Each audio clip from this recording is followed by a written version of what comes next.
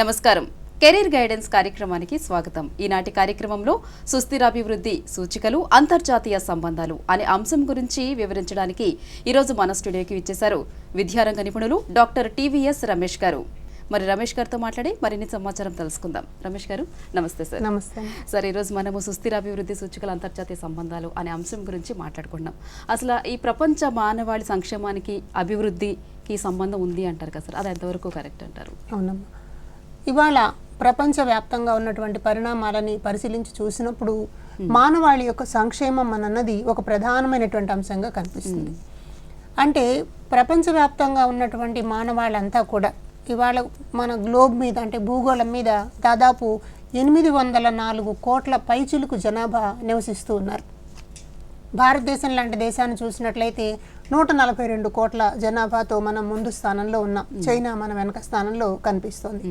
అంటే ఇలా చాలా పెద్ద ఎత్తున జనాభా ఉన్నటువంటి దేశాలు మొదలుకుని మొనాకో లాంటి చిన్న దేశాలు, వాటికన్ సిటీ లాంటి ఇంకా వేలల్లో జనాభా ఉండేటువంటి దేశాల వరకు ప్రతి దేశం కూడా ఆ దేశంలో ఉన్నటువంటి మానవాళి అంతా సుఖ సంతోషాలతో జీవించాలి అని చెప్పి కోరుకుంటూ ఉంటుంది.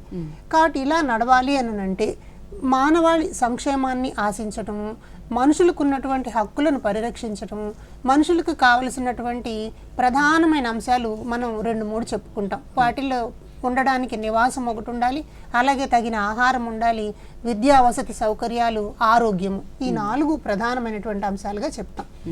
కాబట్టి మానవాళి యొక్క సంక్షేమాన్ని మనం పరిశీలించి చూసినప్పుడు ఈ సౌకర్యాలని అందజేయాలి అని అంటే కొంత అభివృద్ధి కూడా జరగాల్సినటువంటి అవసరం ఉంది. ఒకవేళ మనిషి ప్రకృతిలో భాగంగా ఉన్నప్పటికీ కూడా మానవ పరిణామ క్రమాన్ని మనం చూసినప్పుడు మనిషి ప్రకృతిని పరిశీలించి ప్రకృతిలో ఉన్నటువంటి వనరులను తన ఉపాధి కోసం, తన జీవనోపాధి కోసం, తన బ్రతుకు తెరువు కోసం వినియోగించుకోవడం అన్నది కనిపిస్తుంది. కాబట్టి మానవాళి సుఖ సంతోషాలతో జీవించాలి అని అంటే అక్కడ ఉండేటువంటి ప్రకృతి వనరులను సమర్థవంతంగా వినియోగించుకోవడం అన్నది అవసరం. దీనిని మనం అభివృద్ధి అని చెప్పి అంటాం అన్నమాట. కాబట్టి మానవాళి వికాసం అంటే మానవ సంక్షేమం అని చూసినప్పుడు సంక్షేమానికి అభివృద్ధి ఒక తప్పనిసరి అంశంగా కనిపిస్తుంది. ఎక్కడైతే అభివృద్ధి చెందుతున్నటువంటి సన్నివేశాలు ఉంటాయో ఆయా దేశాల్లో ఉండేటువంటి మానవాళి యొక్క జీవన విధానాలు, వాళ్ళ యొక్క జీవన శైలి కొంత ఉన్నత స్థాయిలో ఉన్నట్టు కనిపిస్తుంది. అందుకని మనం గ్లోబ్ మొత్తాన్ని పరిశీలించి చూసినప్పుడు మనకి 2 రకాల విశేషాలు కనిపిస్తాయి. ఒకటేమో అభివృద్ధి చెందినటువంటి ప్రాంతాలు, ఒకటేమో అభివృద్ధి చెందుతూ ఉన్నటువంటి ప్రాంతాలు. ఇవి 2 ప్రపంచంలో మనకు కనిపిస్తున్నటువంటి సందర్భాలు. అందుకని గురజాడ అప్పారావు గారు ఒక మాట అంటారు, దేశం అంటే మట్టి కాదోయ్, దేశం అంటే మనుషులోయ్ అంటారు. అంటే ఒక దేశంలో ఉన్నటువంటి మానవాళి, వాళ్ళ యొక్క అభివృద్ధి, అక్కడ ఉండేటువంటి పాలకులు తీసుకునేటువంటి నిర్ణయాలు, ప్రజా ఉపయోగ కార్యక్రమాలు, వీటి మధ్యన ఒక అవినాభావ సంబంధం కనిపిస్తుంది. అంచేత మానవ సంక్షేమం కోసం అభివృద్ధి అన్నది ఒక తప్పనిసరి అంశంగా ఉంటుంది. కాబట్టి ప్రపంచ మానవాళికి కావలసినటువంటి విద్య, ఆరోగ్యము, జీవనోపాధి, అలాగే ఆవాసానికి సంబంధించినవి, ఈ రకరకాల సౌకర్యాలు కల్పించడానికి ఆయా ప్రభుత్వాలు తమ వంతు కృషి చేస్తూ ఉంటాయి. అయితే ప్రపంచవ్యాప్తంగా ఉన్నటువంటి పరిణామాలను మనం గమనించి చూసినప్పుడు కొన్ని దేశాల్లో కొంతమంది వ్యక్తులు అక్కడ ఉండేటువంటి వనరుల మీద ఆధిపత్యం చెలాయించడానికి ప్రయత్నం చేస్తారు. అదేవిధంగా మహాత్మా గాంధీ ఒక మాట చెప్తారు, ఈ ప్రకృతిలో ఉండేటువంటి వనరులన్నీ కూడా మానవుల అవసరాలను తీర్చుకోవడానికి ఉద్దేశింపబడ్డాయి తప్పక మానవుల యొక్క దురాశను తీర్చుకోవడానికి కాదు అని అంటారనమాట. అంటే ఇవి natural resources are just for human need, not for greed అంటారు మహాత్మా గాంధీ. కాబట్టి ఇలా ఉన్నటువంటి వనరులని సమర్థవంతంగా మనం ఎలా ఉపయోగించుకుంటామో దానిని బట్టి ఆ దేశంలో ఉన్నటువంటి మానవాళి అభివృద్ధి చెందడం అన్నది కనిపిస్తుంది. కాబట్టి మానవ సంక్షేమం అన్నది, అభివృద్ధి అన్నది ఒకదాని మీద ఒకటి ఆధారపడినటువంటి అంశాలుగా మనం పరిగణించాలి. కాబట్టి అభివృద్ధి చెందుతున్నటువంటి దేశాలలో మానవుల యొక్క జీవన విధానం సుఖవంతంగా ఉంటుంది అనడానికి కారణం అక్కడ అభివృద్ధి ఒక ధనాత్మక దృక్పథంలో ముందుకు వెళ్తూ కనిపించడం అన్నమాట. అలాగే అభివృద్ధి చెందుతూ ఉన్న దేశాలు, ఇంకా అభివృద్ధికి ఆమడ దూరంలో ఉండేటువంటి దేశాల్లో ప్రజల జీవన విధానాలు, ప్రజలకు సంబంధించినటువంటి సౌకర్యాలు చాలా తక్కువగా ఉండడానికి కారణం అక్కడ అభివృద్ధి వేగాన్ని పుంజుకోకపోవడం అన్నది మనం గమనించాల్సిన అంశం. ప్రపంచవ్యాప్తంగా ఉన్నటువంటి పరిణామాలను చూసినప్పుడు ఏ దేశమైనా కూడా ఆ దేశంలో ఉన్నటువంటి ప్రభుత్వాలు వాళ్ళ ప్రజలకి సుఖ సంతోషాలతో జీవించడానికి కావలసినటువంటి చట్టాలను తయారు చేసుకుని వాటి ఆధారంగా పరిపాలన సాగించడం అన్నది కనిపిస్తుంది. అయితే సంక్షేమాన్ని అభివృద్ధిని రెండింటినీ అంటే ఇవి ఒక బండికి ఉండేటువంటి రెండు చక్రాలను మనం అనుకున్నప్పుడు ప్రభుత్వ పాలన అన్నది అటు సంక్షేమాన్ని ఇటు అభివృద్ధిని రెండింటినీ సమన్వయం చేసుకుంటూ ముందుకు సాగడం అన్నది అవసరమని అంతర్జాతీయంగా మనకు తెలుస్తుంది. కాబట్టి ఈ విధంగా మనకి ప్రపంచ మానవాళికి వారి యొక్క సంక్షేమానికి అభివృద్ధికి మధ్యన ఒక స్పష్టమైన సంబంధం ఉంది అని మనం అర్థం చేసుకోవచ్చు అన్నమాట. అయితే రమేష్ గారు చెప్పండి, ఈ ఎస్డిజి అంటే ఏంటి సార్? ఎస్డిజి అంటే సస్టైనబుల్ డెవలప్మెంట్ గోల్ అంటాం అనమాట. దీన్నే సుస్థిర అభివృద్ధి సూచిక అని చెప్పి చెప్తాం మనం. ఇవాళ రెండో ప్రపంచ యుద్ధం తర్వాత ప్రధానంగా ప్రపంచవ్యాప్తంగా వచ్చినటువంటి మార్పులను మనం పరిశీలించి చూసినట్లయితే రెండు ప్రధానమైన అంశాలు కనిపిస్తాయి. ఒకటి, మానవ సంక్షేమం కోసం చేసేటువంటి ప్రయత్నంలో ఒక దేశం మరొక దేశం మీద దాడి చేసినటువంటి యుద్ధాల వల్ల వచ్చేటువంటి విపత్తులే కాకుండా ప్రకృతి వైపరీత్యాల వంటి సందర్భాల్లో కూడా చాలా ప్రజలు సమస్యలు ఎదుర్కోవడం అన్నది మనకు కనిపిస్తుంది. అయితే ప్రపంచ మానవాళికి అందరికీ ఉండేటువంటి సమస్యలు ఒకే రకంగా ఉన్నాయి అని చెప్పి గమనించడం వల్ల ఇక్కడ రెండో ప్రపంచ యుద్ధం తర్వాత మనకి వరల్డ్ హెల్త్ ఆర్గనైజేషను అట్లాగే యునైటెడ్ నేషన్ ఆర్గనైజేషన్ అనేటువంటి సంస్థలు ఏర్పడ్డాయి. ఈ సంస్థలు ఏం చేసినాయంటే హ్యూమన్ సెక్యూరిటీ, మానవుల యొక్క భద్రత, మానవాళి యొక్క సంక్షేమం అన్నటువంటి దానికి పెద్దపీట వేశాయన్నమాట. ఈ సందర్భంలో మనం పరిణామ క్రమాన్ని గమనించుకుంటూ వచ్చినట్లయితే 1970వ సంవత్సరంలో కోకయాక్ డిక్లరేషన్ అని ఒక డిక్లరేషన్ జరిగిందనమాట. దీనిలో ప్రపంచంలో ఉండేటువంటి మనుషులందరికీ కావలసిన సౌకర్యాలను ఎలా మనం ఏర్పాటు చేయాలన్నటువంటి చర్చ మొదటిసారిగా ఆలోచనలోకి వచ్చింది. అట్లాగే 1972లో స్టాక్ హోమ్ డిక్లరేషన్ అన్నది కూడా ఉందన్నమాట. ఈ స్టాక్ హోమ్ డిక్లరేషన్ యొక్క ప్రధానమైనటువంటి ఉద్దేశం ఏమిటి అని అంటే, ఒక దేశంలో వనరులు ఉంటాయి, కొన్ని దేశాల్లో అలాంటి వనరులు లభ్యం కావు. ఒక దేశంలో చాలా సౌకర్యమైనటువంటి జీవన విధానం ఉంటుంది, మరో దేశంలో ప్రజలు అష్టకష్టాలు పడుతూ ఉంటారు. కాబట్టి స్టాక్ హోమ్ డిక్లరేషన్ ఏం చెప్తోంది అని అంటే, ఈ దేశాల మధ్య ఒక సమన్వయాన్ని ఏర్పరచుకోవాల్సినటువంటి అవసరం ఉంది అన్నటువంటి ప్రతిపాదన స్టాక్ హోమ్ డిక్లరేషన్లో మనకు కనిపించింది. అట్లాగే మనం గమనించినప్పుడు 1987 సంవత్సరంలో నార్వే అధ్యక్షుడు బర్ట్లాండ్, ఆయన బర్ట్లాండ్ నివేదిక అని కూడా దాన్ని చెప్తారు.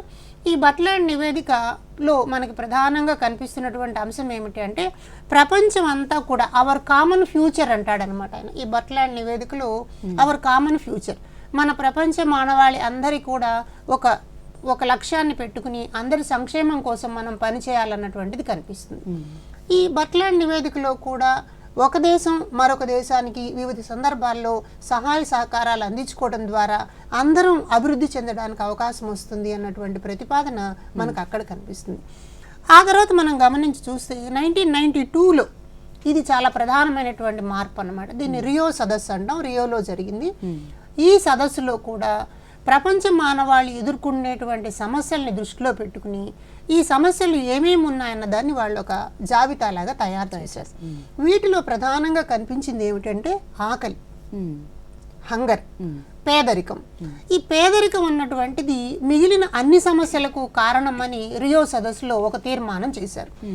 పేదరికం వల్ల అనారోగ్యం కలుగుతుంది, పేదరికం వల్ల అభివృద్ధి చెందడానికి అవకాశం ఉండదు, పేదరికం వల్ల తలసరి ఆదాయం లేనటువంటి పరిస్థితి వస్తుంది, పేదరికం వల్ల విద్యా అవకాశాలు పొందడానికి అవకాశం లేకుండా పోతుంది.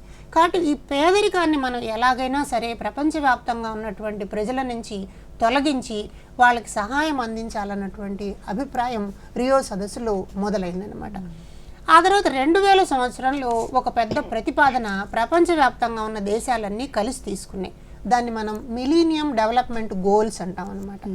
ఈ 2000 సంవత్సరంలో తీసుకున్నటువంటి మిలీనియం డెవలప్మెంట్ గోల్స్ ఏమి నిర్ధారించారంటే, 2015 సంవత్సరం నాటికి ప్రపంచంలో ఉన్నటువంటి దేశాలన్నిటి మధ్యన కూడా ఒక సంబంధాన్ని ఏర్పరచుకుని తద్వారా ప్రపంచ మానవాళి యొక్క భద్రత అని ఇంతకుముందు మనం అనుకున్నాం, హ్యూమన్ సెక్యూరిటీ అని అనుకున్నామే, దానిని సాధించడానికి ప్రయత్నం చేయాలి అన్నటువంటి ప్రతిపాదన మనకి మిలీనియం డెవలప్మెంట్ గోల్స్లో వచ్చింది.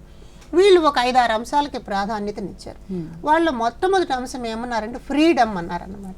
అంటే మనిషి జన్మతః స్వేచ్ఛాజీవి కాబట్టి ప్రతి దేశంలో ఉన్నటువంటి ప్రజలు కూడా స్వేచ్ఛగా నివసించాలి. అందుకని అప్పటి నుంచి ప్రజాస్వామ్య భావాలు ప్రపంచవ్యాప్తంగా విస్తృతమై కనిపిస్తాయి మనకి. చాలా నియంత్రణ పాలనలో ఉండేటువంటి దేశాలన్నీ కూడా అక్కడ అంతర్గత యుద్ధాల ద్వారా, ప్రజల తిరుగుబాట్ల ద్వారా ప్రజాస్వామ్యం వైపుకు మళ్ళినటువంటి వైనం మనం 2000 సంవత్సరం తర్వాత చూడడానికి అవకాశం ఉంటుంది. కాబట్టి ఫ్రీడమ్ అన్నది ఒక ముఖ్యమైన అంశం. అలాగే టాలరెన్స్ అంటే జాతుల మధ్య ఉండేటువంటి వైరుధ్యాలని, కులమతాల మధ్య ఉండేటువంటి వైరుధ్యాలని తొలగించుకొని అందరం కూడా ఒకరికొకరు సహాయం చేసుకుంటూ జీవించాలి అన్నదాన్ని ఒక ప్రతిపాదనగా పెట్టారు. అలాగే మరొకటి ఈక్వాలిటీ అని అన్నారు. అంటే వనరులు ఉన్నాయి, ఒక దేశంలో ఉన్నటువంటి వనరులు ఒక వర్గానికి, ఒక సమూహానికి మాత్రమే పరిమితం కాదు, వాటి మీద అందరికీ కూడా సమానమైనటువంటి హక్కులు ఉంటాయి అన్నటువంటి భావన ఇక్కడ మనకి బయలుదేరిందనమాట. ఈ ఈక్విటీ అండ్ ఈక్వాలిటీ అని అన్నది మనకి మిలీనియం డెవలప్మెంట్ గోల్స్లో ఒక ప్రధానమైనటువంటి అంశంగా కనిపిస్తుంది. అలాగే మన దగ్గర ఉన్నటువంటి రిసోర్సెస్, ఈ రిసోర్సెస్ని, న్యాచురల్ రిసోర్సెస్ని సేవ్ చేసుకోవాలి, వాటిని రక్షించుకోవాలి అన్నటువంటిది కూడా మనకు అక్కడ ఒక ప్రతిపాదనలాగా కనిపిస్తుంది.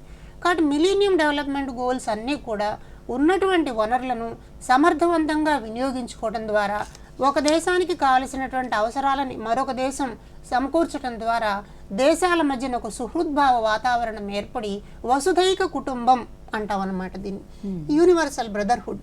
ఈ వసుధైక కుటుంబం అన్నటువంటి భావనను తీసుకురావాలి అని ఈ మిలీనియం డెవలప్మెంట్ గోల్ మనకి తెలియజేస్తుంది. అయితే ఆ తర్వాత కాలంలో మనకి దాదాపు 2015 సంవత్సరం వచ్చేటప్పటికి వీటి సాధన మీద ప్రపంచవ్యాప్తంగా మరింత విస్తృతంగా పనిచేయాల్సినటువంటి అవసరం ఉంది అని యునైటెడ్ నేషన్స్ ఆర్గనైజేషన్ నిర్ణయించిందనమాట. అందువల్ల 2015 సంవత్సరంలో వచ్చినటువంటి మరొక అతి ముఖ్యమైనటువంటి తీర్మానాన్ని సస్టైనబుల్ డెవలప్మెంట్ గోల్ అంటారనమాట. దీన్ని SDG అని పిలుస్తారు. ఈ 2015లో వచ్చినటువంటి సస్టైనబుల్ డెవలప్మెంట్ గోల్స్ అన్నటువంటి ప్రతిపాదన ఏం చెప్తోంది అంటే 2030 సంవత్సరం నాటికి ప్రపంచ దేశాల అన్నిటి మధ్య కూడా స్నేహము, సహకారాన్ని సాధించడం ద్వారా ఈ లక్ష్యాలన్నింటినీ చేరుకోవాలన్నటువంటి ప్రతిపాదన చేసింది. ఈ సస్టైనబుల్ డెవలప్మెంట్ గోల్స్ ఒక 17 అంశాలు ఇందులో ఉంటాయి. వాటిల్లో ప్రధానంగా మనం చూసినట్లయితే మొట్టమొదటి మనకి పావర్టీ, నో పావర్టీ అంటారనమాట. అలాగే జీరో హంగర్, ఆకలి లేకుండా చూడడం అన్నది. అలాగే హెల్త్ అండ్ వెల్ బీయింగ్ అని అన్నది. క్వాలిటీ ఎడ్యుకేషన్ ఏర్పాటు చేయడం అని అన్నది. తర్వాత జెండర్ ఈక్విటీకి సంబంధించినటువంటి అంశాలు. అలాగే క్లైమాటిక్ కండిషన్స్లో వస్తున్నటువంటి మార్పులని, ఈ క్లైమేట్ చేంజ్లో వస్తున్నటువంటి మార్పులను ఎలా మనం ప్రొటెక్ట్ చేసుకోవాలన్నటువంటి అంశాలు. అట్లాగే ఇండస్ట్రీ, ఇన్ఫ్రాస్ట్రక్చర్ అన్నటువంటి దాన్ని ఏర్పాటు చేసే సందర్భాల్లో ఎలా జాగ్రత్తగా ఉండాలి. తర్వాత జెండర్ డిస్పారిటీస్ మనకు కనిపిస్తాయి. ఈ జెండర్ని సమానత్వంతో చూసేటువంటి అవకాశాలు. అలాగే ఎకనామికల్ డెవలప్మెంట్ అని అన్నది ఎలా సాధించాలి అన్నది మనకు ఒక గోల్గా పెట్టుకున్నాం. అట్లాగే లైఫ్ ఆన్ ల్యాండ్, నేల మీద ఉండేటువంటి జీవజాలం అంతటిని, జంతుజాలాన్ని కాపాడుకోవడం. అలాగే లైఫ్ ఇన్ వాటర్, నీళ్ళలో ఉండేటువంటివి కూడా, ఎందుకంటే ఇది టోటల్ ఒక ఎకో సిస్టమ్ అనమాట. ఈ ఎకో సిస్టంలో ఏ ఒక్కటి ఇంబ్యాలెన్స్ అయినా కూడా ఎంటైర్ సిస్టమ్ కొలాప్స్ అవడానికి అవకాశం ఉంది. ఇట్లా మన వాళ్ళు ఏం చేశారు అని అంటే సస్టైనబుల్ డెవలప్మెంట్ గోల్స్ ఏర్పాటు చేసుకున్నారు. వీటిలో మరొక ముఖ్యమైనటువంటి గోల్ ఏంటంటే శాంతి స్థాపన, పీస్ అన్నది. ఇది మోస్ట్ ఇంపార్టెంట్ గోల్గా SDGలలో పేర్కొంటారనమాట. అంటే ప్రపంచం అంతా కూడా శాంతివంతంగా ఉండాలి అని అన్నది ఇక్కడ ప్రధానమైనటువంటి. అందుకే మన వాళ్ళు ఒక మాట చెప్తారు, సర్వేషాం స్వస్తిర్భవతు, సర్వేషాం శాంతిర్భవతు అంటారు. అంటే ఈ ప్రపంచం అంతా కూడా సుఖశాంతులతో ఉండాలి అని అన్నది భారతీయ ఆధ్యాత్మిక కాలం యొక్క ఆలోచనగా మనకు కనిపిస్తూ ఉంటుంది. అట్లాగే మరొక ప్రధానమైనటువంటి గోల్ ఏమి ఏర్పాటు చేసుకున్నారంటే పార్ట్నర్షిప్ అంటారు. అంటే ప్రపంచ దేశాలు రకరకాలైనటువంటి దేశాలు ఉన్నప్పటికీ కూడా ఈ SDG గోల్స్ సాధనలో వాళ్ళ యొక్క భాగస్వామ్యం ఏముందో దానిని సమర్థవంతంగా నిర్వహించాలి అన్నది సస్టైనబుల్ డెవలప్మెంట్ గోల్స్లో ఒక ముఖ్యమైన అంశంగా మనకు కనిపిస్తుంది. ఇలా మనకి 17 రకాల గోల్స్ని ఏర్పాటు చేశారు. ఇవన్నీ కూడా 2030 సంవత్సరం నాటికి సాధించాలి అన్నది మన ముందు ఉండేటువంటి లక్ష్యం. అయితే ఇలా మనం ఏ గోల్ని తీసుకున్నా కూడా ఇందులో మనకేం కనిపిస్తుంది అంటే 8 నుంచి 12 టార్గెట్స్ ఉంటాయి ఒక్కొక్క గోల్కి కూడా. ఒక గోల్లో ఒక 8 నుంచి 12 లక్ష్యాలు పెట్టుకుని ఉంటారు. అట్లాగే ప్రతి టార్గెట్లో కూడా 1 నుంచి 4 ఇండికేటర్స్ ఉంటాయి. ఈ ఇండికేటర్ ద్వారా ఆ గోల్ సాధించబడినది అని చెప్పి మనం నిర్ధారించడానికి అవకాశం ఉంటుందన్నమాట. వీటిలో మనం ఇంప్లిమెంటేషన్ టార్గెట్స్ అని, అవుట్కమ్ టార్గెట్స్ అని ఇట్లా విభజించుకున్నటువంటి వైనం కూడా కనిపిస్తుంది. కాబట్టి ఈ ఎస్డిజి గోల్స్ అన్నటువంటి వాటిని సాధించాలి అని అంటే దాదాపు 5 నుండి 7 ట్రిలియన్ డాలర్ల డబ్బు ఖర్చు అవుతుంది అని అంతర్జాతీయంగా ఒక లెక్క తీశారు. అయితే ఇది 2030 సంవత్సరానికి దాదాపు 27 ట్రిలియన్ డాలర్స్కి చేరుకునేటువంటి అవకాశం కూడా ఉందన్నమాట.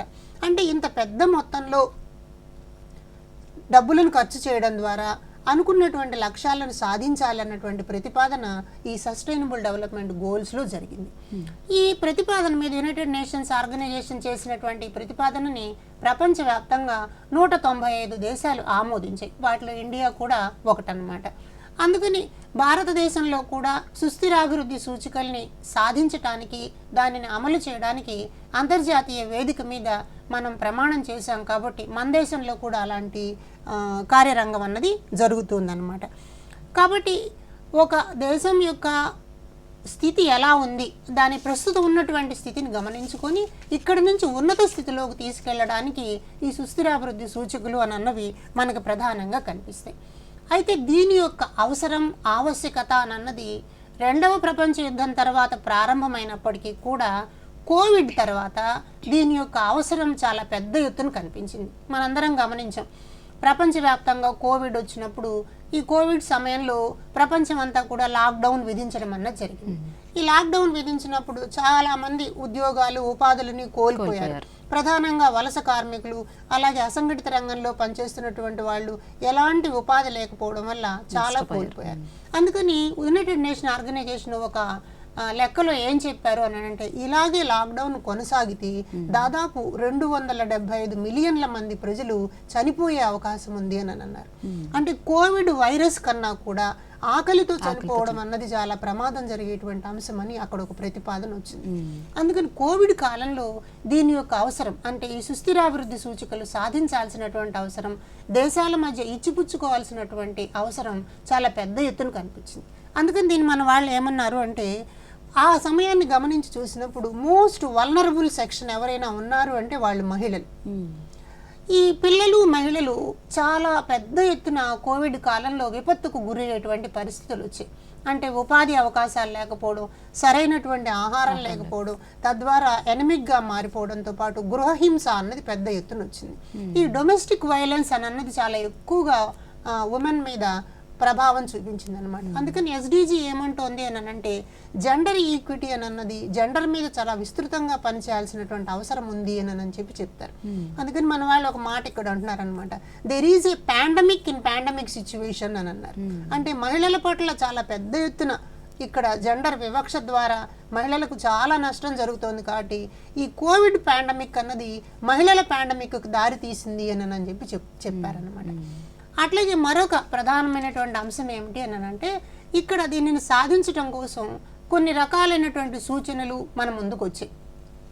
ప్రపంచం అంతా కూడా ఒక ఉమ్మడి ప్రతిపాదన మీదకి వచ్చి దీనిని పరిశోధించాలి, దీనికి కారణాలను వెతుక్కోవాలి, అలాగే ఆర్థికంగా నష్టపోయినటువంటి దేశాలకు, పారిశ్రామికంగా వెనుకబడిన దేశాలకు సహాయం అందించుకునేటువంటి ప్రతిపాదన చేయాలి అని పాండమిక్ పెడగాగి అన్నటువంటి ఒక కొత్త భావన కూడా మనకు ముందుకు తీసుకొచ్చారు.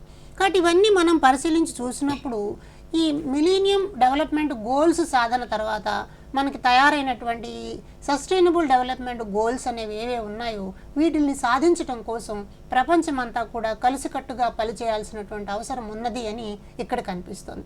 అయితే ఇది ఎవరి వల్ల సాధ్యమవుతుంది అంటే, ఒక వ్యక్తితో సాధ్యమవుతుందా, ఒక ప్రభుత్వంతో సాధ్యమవుతుందా అని చూసినప్పుడు దీనిలో రకరకాలైనటువంటి సంస్థలు పార్టిసిపేట్ చేయాల్సినటువంటి అవసరం కనిపిస్తుంది. అంటే ప్రపంచ మానవాళి యొక్క సంక్షేమం కోసం కృషి చేయాలి అని అంటే రకరకాల సంస్థలు ఇందులో ఉండాలి. అందుకని మనం ప్రపంచవ్యాప్తంగా చూసినప్పుడు యునైటెడ్ నేషన్ ఆర్గనైజేషను, యూనిసెఫ్ కానివ్వండి, అలాగే వరల్డ్ బ్యాంకు, IMF, అలాగే యూరోపియన్ యూనియన్, ఆఫ్రికన్ యూనియన్, ఇలా రకరకాలైనటువంటి ఆక్సోఫామ్ లాంటి సంస్థలు, ఈ చాలా రకాలైనటువంటి స్వచ్ఛంద సంస్థలు, ఎన్జిఓలు వీళ్ళందరూ కలిసి పనిచేయడం ద్వారా ఈ సుస్థిరాభివృద్ధి సూచికలను సాధించడానికి అవకాశం కలుగుతుంది అని భావించారనమాట. అందుకని ప్రతి దేశం కూడా ప్రధానంగా మొట్టమొదటి పెట్టుకున్నటువంటి సుస్థిరాభివృద్ధి సూచిక ఏమిటి?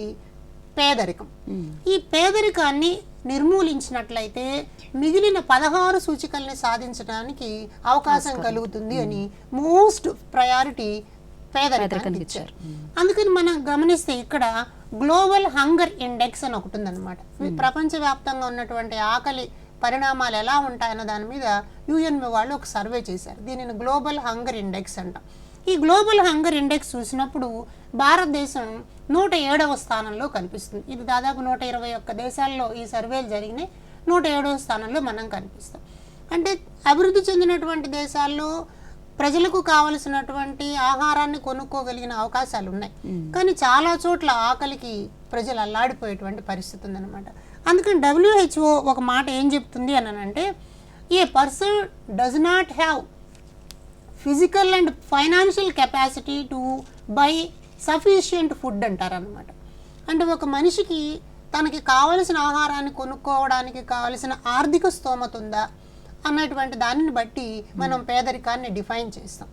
అలాగే WHO వాళ్ళు, UN వాళ్ళు కూడా పేదరికం అంటే ఏమన్నారంటే, కనీసం రోజుకి $1 నుంచి $1.5 వరకు ఖర్చు పెట్టగలిగేటువంటి స్థితిలో ఉంటే పేదరికం నుంచి బయట ఉన్నట్టు. అందుకని దీంట్లో మనం ఒక మాట అంటాం, దారిద్ర్య రేఖ అంటాం అనమాట.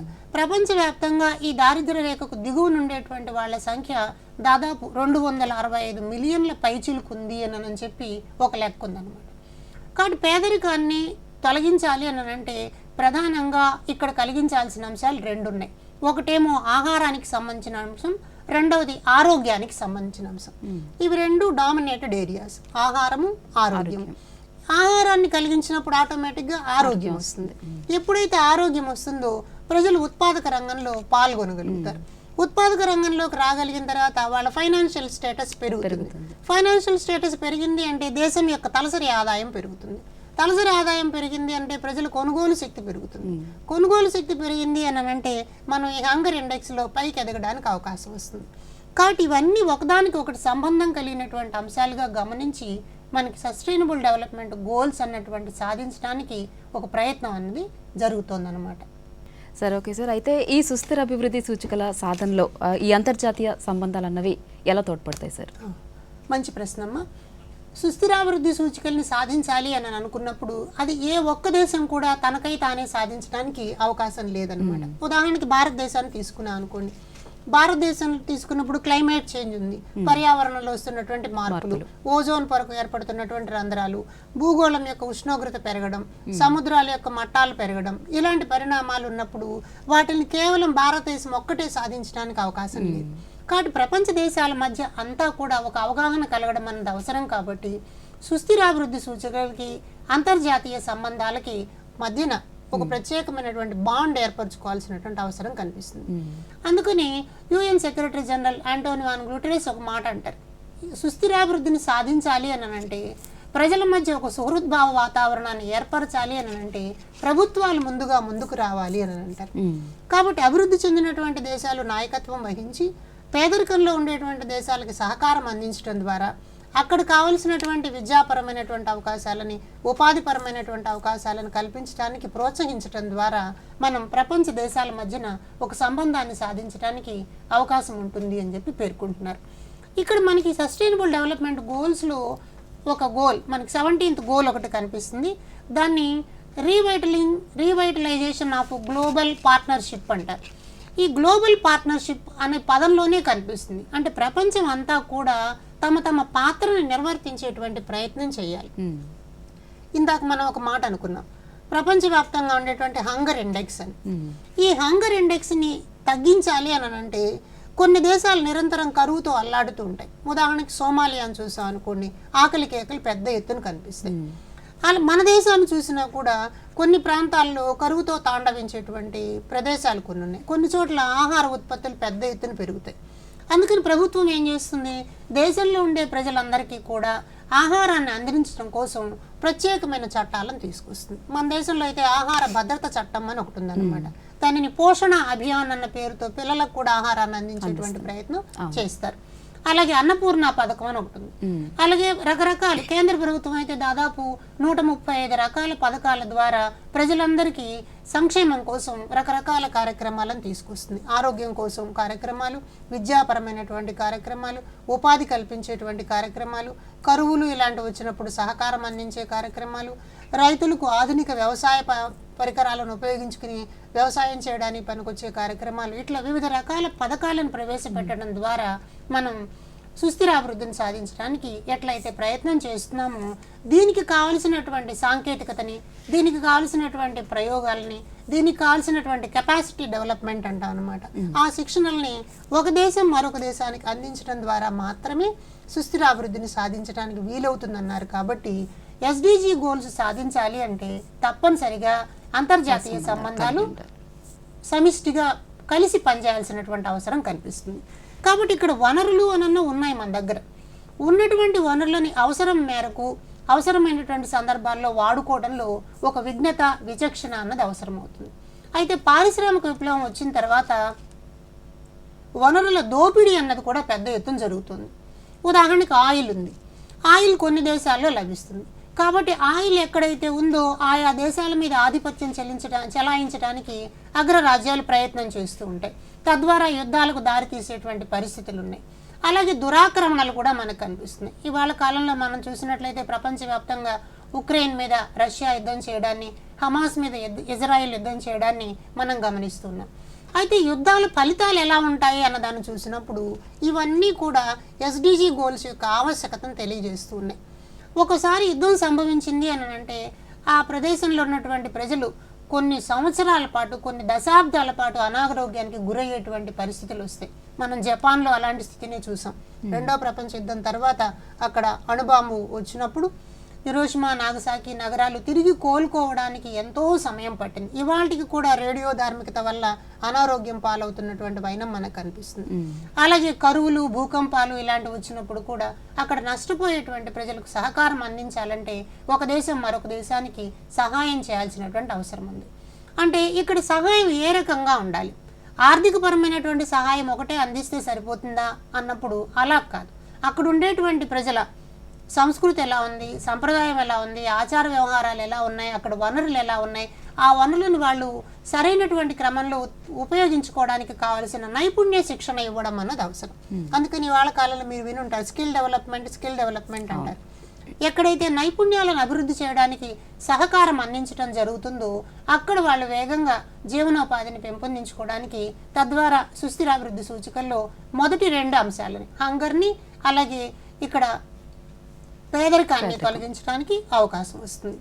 ఈ సందర్భంలో మరొక ప్రధానమైనటువంటి సుస్థిరాభివృద్ధి అంశం ఏమిటి అంటే విద్య. యునైటెడ్ నేషన్ ఆర్గనైజేషన్ ఏమి భావిస్తోంది అని అంటే రకరకాలైనటువంటి అపసమానతలకు కారణం అవిద్య అని అంటారు. అంటే విద్య లేకపోవడం. ఫాలో ఫెయిరీ అన్నటువంటి విద్యావేత్త ఈయన పెడగాగి ఆఫ్ అప్రెస్డ్ అన్నటువంటి పుస్తకంలో ఒక మాట చెప్తారు. ప్రపంచవ్యాప్తంగా ఉండేటువంటి దేశాలలో అణగారిన నిమ్న వర్గాలకు సంబంధించిన వల్నరబుల్ సెక్షన్ ఎవరైతే ఉన్నారో వీళ్ళందరూ కూడా విద్యకు ఆమడ దూరంలో ఉన్నారని అంటాడు. కాబట్టి వాళ్ళకు విద్యా అవకాశాలు కల్పించడం ద్వారా క్వాలిటీ ఎడ్యుకేషన్ అన్నటువంటి 4వ గోల్ మనకు కనిపిస్తుంది. అలాగే ఈక్విటీ అన్నటువంటిది కనిపిస్తుంది. అందరికీ కూడా సమానమైన విద్యా అవకాశాలు అందాలి. డబ్బున్న వాడికి ఒక రకమైన విద్య, పేదవాడికి ఒక రకమైన విద్య కాకుండా అందరికీ సమానమైనటువంటి విద్యా అవకాశాలు అందాలి అని అంటే అక్కడ ఉన్నటువంటి వనరుల ఆధారంగా ఈ పంపిణీ అన్నది జరగాలి. ఆ విద్య ద్వారా ప్రజలు చైతన్యవంతులు అవుతారు. చైతన్యవంతులైనప్పుడు ఈ లక్ష్యాల సాధన అన్నది తేలికవుతుంది అని ఫాలో ఫెయిరీ సిద్ధాంతంలో మనకు కనిపిస్తుంది. అందుకని ప్రపంచవ్యాప్తంగా జరిగినటువంటి పరిశోధనలు చూసినప్పుడు యుఎన్ఓ ఒక మాట చెప్తోంది, లెర్నింగ్ పావర్టీ అంటోంది. ఇందాక పావర్టీ అంటే పేదరికం అనే మనం అనుకున్నాం, కానీ లెర్నింగ్ లో కూడా పావర్టీ ఉంది. ఈ లెర్నింగ్ పావర్టీని ఎరాడికేట్ చేయడం ద్వారా, సరైనటువంటి విద్యావకాశాలు కల్పించడం ద్వారా సరైన ఉపాధులు ఎంచుకోవడానికి అవకాశం వస్తుంది. విద్య ద్వారా వచ్చేటువంటి విజ్ఞత ప్రకృతి వనరులను సమర్థవంతంగా పరిరక్షించుకునేటువంటి అవగాహన కల్పించడానికి అవకాశం వస్తుంది. ఇందాక మనం పేదరికాన్ని తొలగిస్తే మిగిలిన 16 లక్ష్యాలను సాధించవచ్చని ఎలా అనుకున్నామో, అంతర్జాతీయంగా ఏర్పడినటువంటి అవగాహన ప్రకారం ఆయా దేశాల్లో విద్యారంగాన్ని అభివృద్ధి చేయడం ద్వారా, ప్రజలందరూ చదువుకునేటట్టుగా మార్చడం ద్వారా, వాళ్ళకి కలిగేటువంటి అవగాహన ద్వారా మనం దేశాన్ని అభివృద్ధి చేసుకోవడానికి అవకాశం ఉంటుంది అని ఈ అంతర్జాతీయ భావన మనకు తెలియజేస్తుంది. కాబట్టి ఈ అంతర్జాతీయంగా ఉండేటువంటి సంబంధాలని పటిష్టపరుచుకోవడం ద్వారా లక్ష్యాలను సాధించడానికి అవకాశం వస్తుంది. ఇంచేది మనం రకరకాలైనటువంటి సదస్సుల నిర్వహణలు మీరు వినుంటారు. ఉదాహరణకి ఈ మధ్య కాలంలో జరిగినటువంటి బ్రిక్స్ సదస్సు అన్నది, మన దేశంలో G20 అన్న ఒక సదస్సు కూడా జరిగింది. అంటే ఆ రంగంలో ఉండేటువంటి దేశాలన్నీ కూడా ఒక ఒప్పందాన్ని చేసుకుంటాయి. అది విద్యాపరమైనటువంటి ఇచ్చిపుచ్చుకోవడాలు కావచ్చు, అలాగే అగ్రికల్చర్కి సంబంధించినటువంటివి, లేకపోతే దేశ సంరక్షణకు సంబంధించినటువంటివి, పరిశ్రమల స్థాపనకు సంబంధించినటువంటివి, ప్రజలను చైతన్యవంతం చేయడానికి పనికొచ్చేటువంటి కార్యక్రమాలు, ఇలా దేశాల మధ్య ఒక సంబంధాలను ఏర్పరచుకోవడానికి అవకాశం వస్తుంది. అలాగే మరో కొన్ని రకాల ఒప్పందాలు కూడా మనం చూస్తుంటాం అనమాట. ఉదాహరణకి ఆసియా పసిఫిక్ దేశాల మధ్య జరిగేటువంటి సంబంధాలు, యూరోపియన్ యూనియన్లో జరిగినటువంటి చర్చలు, అలాగే కోప్ 28 అని దుబాయ్లో ఒక సదస్సు జరిగింది. దీన్ని పర్యావరణ సదస్సు అంటాం. ఇలాంటి సదస్సుల ద్వారా ప్రపంచంలో ఉన్నటువంటి దేశాలన్నీ ఒక దగ్గరకు వచ్చి కూర్చుని సమస్య ఏముంది, ఈ సమస్యను పరిష్కరించడానికి మనం ఎలా ప్రయత్నం చేయాలన్నటువంటి చర్చ చేసి తద్వారా కొన్ని ఆచరణాత్మకమైనటువంటి కార్యక్రమాలని ముందుకు తీసుకెళ్ళడానికి ప్రయత్నం చేస్తారు. అలాగే యుద్ధాల నివారణ కోసం కూడా కొన్ని జరుగుతూ ఉంటాయి. అంటే ఫర్ ఎగ్జాంపుల్ ఇంతకుముందు మనకి అణ్వస్త్రాల ప్రమాదం పొంచి ఉన్నది అని చెప్పి ఒక ఒప్పందం జరిగింది. దాన్ని కాంప్రహెన్సివ్ టెస్ట్ బ్యాన్ ట్రీటీ అంటారు, CTBT ఒప్పందం అంటారు అనమాట. ఏ దేశం కూడా ఇతర దేశాల సభ్య దేశాల అనుమతి లేకుండా ఈ ఆయుధాల పరీక్షలు చేయడం అన్నది జరగకూడదు అంటారు. ఎందుకంటే మనందరికీ తెలుసు అణ్వాయుధాల ప్రయోగం జరిగితే ఎంత విపత్తు సంభవిస్తుంది అన్నది. కాబట్టి యుద్ధానికి దారితీయని పరిస్థితులు ఉండాలి. అలాగే దేశం తన సార్వభౌమత్వాన్ని కాపాడుకునేటట్లు ఉండాలి. ఒకవేళ ఏదైనా యుద్ధం సంభవిస్తే తన ప్రజలను రక్షించుకునేదానికి అవకాశాలను తెలుసుకుని మాత్రమే ఉండాలి. కానీ యుద్ధాలకు తెగబడకుండా ఉండడం అన్నది ఇక్కడ అంతర్జాతీయంగా ఉండేటువంటి ఒక ఒడంబడికలో మనకు కనిపిస్తుంది. అట్లాగే మనం ప్రపంచవ్యాప్తంగా ఒకళ్ళతో ఒకళ్ళు కలిసి పనిచేయాల్సినటువంటి సంబంధానికి రకరకాల సంస్థలు పనిచేస్తాయని ఇందాక మనం అనుకున్నాం. అంటే UNO కానివ్వండి, లేకపోతే యునెస్కో, యునిసెఫ్ లాంటివి, ఇలా రకరకాల సంస్థలు, IMF కానీ, WTO, యూరోపియన్ యూనియన్, ఇట్లా రకరకాల సంస్థలన్నీ వచ్చి ఒక వేదిక మీద పనిచేయాల్సినటువంటి అవసరం ఉంది. అందుకే మీరు ఈ మధ్య కాలంలో వినుంటారు ప్రపంచ బ్యాంకు ఒప్పందాలు అని చెప్పని. అంటే ఆయా దేశాలకు కావలసినటువంటి అభివృద్ధి కోసం ప్రపంచ బ్యాంకు కొంత ఆర్థిక సహాయాన్ని అందిస్తుంది. తద్వారా అక్కడ పరిశ్రమలను ఏర్పాటు చేసుకుని ప్రజలకు ఉపాధి అవకాశాలు కల్పించడానికి అవకాశం ఏర్పడుతుంది అన్నమాట. అయితే ఇప్పుడు ఈ లక్ష్య సాధన అని అన్నది ఒక ఇంట్లో నలుగురు అన్నదమ్ములు ఉంటే వాళ్ళు కలిసి పనిచేయడమే కష్టంగా ఉంటుంది. అలాంటిది ప్రపంచ దేశాలన్నీ కలిసి పనిచేయాలి అని అన్నప్పుడు రకరకాల ఆటంకాలు మనకు కనిపిస్తాయి. ఈ ఆటంకాలను మనం గమనించి చూసినట్లయితే లక్ష్యాలు 17 మనం చెప్పాం, కానీ ఏ దేశానికి వాళ్ళ ప్రాధాన్యతలు వేరే ఉంటాయి. పక్క దేశానికి ఇచ్చేటువంటి అవకాశం వచ్చినప్పుడు ఏదో కొంతవరకు మాత్రమే స్పందించడం అని అన్నది ఒక ఆటంకంగా మనకు కనిపిస్తుంది. అట్లాగే జియో పొలిటికల్ రైవలరీ అంటాం అనమాట. అంటే దేశాలు సరిహద్దుల మధ్య వచ్చేటువంటి ఇబ్బందులు మనం చాలా స్పష్టంగా వాటిని గమనిస్తూ ఉంటాం. ఉదాహరణకి మన రాష్ట్రం మన పొరుగు రాష్ట్రాలతో నీటి ఒప్పందాల మీద గొడవలు జరుగుతూ ఉంటాయి. కావేరీ నది జలాల మధ్యన కర్ణాటకకు తమిళనాడుకు మధ్యన గొడవలు జరుగుతుంటాయి. కృష్ణా జలాల మధ్య తెలంగాణకు కర్ణాటకకు ఆంధ్రాకు మధ్యన గొడవలు జరుగుతుంటాయి. ఇలా అక్కడ జియో పొలిటికల్ రైవలరీ అంటాం అనమాట. అక్కడ ఉండేటువంటి వనరుల మీద ఆధిపత్యం చెలాయించడం కోసం ఆ వనరుల పంపిణీలో వచ్చేటువంటి అంశాలను బట్టి ప్రధానంగా ఆయిల్ కలిగినటువంటి దేశాలలో అయితే ఇలాంటి పరిస్థితి చాలా ఎక్కువగా కనిపిస్తుంది మనకు. అట్లాగే ఇంకొకటి అటానమీ అంటాం అనమాట. అంటే ఎవరికి వాళ్ళు వాళ్ళ దేశం, మేము స్వతంత్రంగా ఉన్నాం కదా, ఈ పనిని మేమే చేసుకుంటాం, ఇక్కడ వేరే వాళ్ళ చోటు అవకాశం లేదు అన్నటువంటి ఒక అటానమీ భావన కూడా ఇక్కడ ఒక ఆటంకంగా మనకు కనిపిస్తుంది. అట్లాగే ల్యాక్ ఆఫ్ ట్రస్ట్, ఇతర దేశాల మధ్య సరైనటువంటి నమ్మకం ఉండదు. ఒప్పందం అయితే చేసుకుంటారు. ఉదాహరణకి కర్బన ఉద్గారాలు అని ఒకటి ఉంటుంది అనమాట. ఈ గ్లోబల్ వార్మింగ్కి దారి తీసేటువంటి కర్బన ఉద్గారాలని మేము 1% తగ్గించాలి, 2% తగ్గించాలి అని ఒక ఒప్పందం చేసుకుంటారు సదస్సులు. పరిశ్రమలను తగ్గిస్తే గానీ కర్బన ఉద్గారాలు తగ్గవు. పరిశ్రమలను తగ్గిస్తే ఎకనామికల్ గ్రోత్ తగ్గిపోతుంది, ప్రజలు ఉపాధి అవకాశాలు తగ్గిపోతాయి. అందుకని ఏంటి, వాళ్ళ స్వతంత్రంగా అక్కడ ఒప్పుకున్నప్పటికీ కూడా ఇక్కడికి వచ్చేటప్పటికి నమ్మకం ఉండదన్నమాట. ట్రస్ట్ లేకపోవడం వల్ల ఈ సస్టైనబుల్ డెవలప్మెంట్ గోల్స్ సాధన కొంత ఆటంకంగా కనిపిస్తున్నటువంటి వైను కనిపిస్తుంది. అట్లాగే కల్చరల్ ఎకనామికల్ డిస్పారిటీస్ అంటాం. అంటే ఒక దేశంలో ఒక సంస్కృతి, అక్కడ ఉండేటువంటి ఆచార వ్యవహారాలు, అక్కడ ఉండేటువంటి విధానాలు ఉంటాయి. వాటికి అనుకూలమైనటువంటి మార్పుని మాత్రమే ఆ దేశం అంగీకరిస్తుంది. ఉదాహరణకి ఆహారం ఉందనుకుందాం. ఉదాహరణకి మనం వరిని, ఆహారాన్ని, అన్నాన్ని తింటాం. ఒకవేళ హంగర్ ఇండెక్స్ వచ్చినప్పుడు మన ఆహార స్థానంలో ప్రత్యేకమైనటువంటి వేరే రకాల దినుసుల్ని తినమంటే మనం పెద్ద ఇష్టపడం. అలాగే మనకున్నటువంటి వాటిని కొరత ఉన్నటువంటి దేశానికి పంపడానికి కూడా పెద్దగా ఇష్టపడం అనమాట.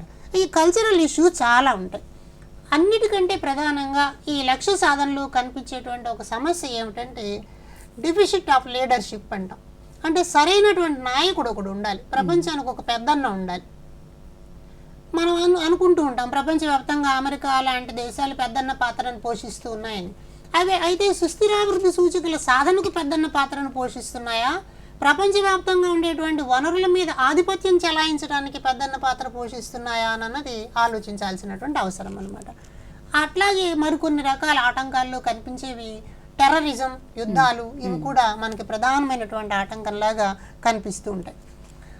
అందుకని ఈ సుస్థిరాభివృద్ధిని సాధించాలి అని అంటే ఈ దేశాల మధ్య ఉండేటువంటి సంబంధాల్లో ఒక పదాన్ని మన వాళ్ళు ప్రయోగిస్తుంటారు. దాన్ని జీనోఫోబియా అంటారు అనమాట.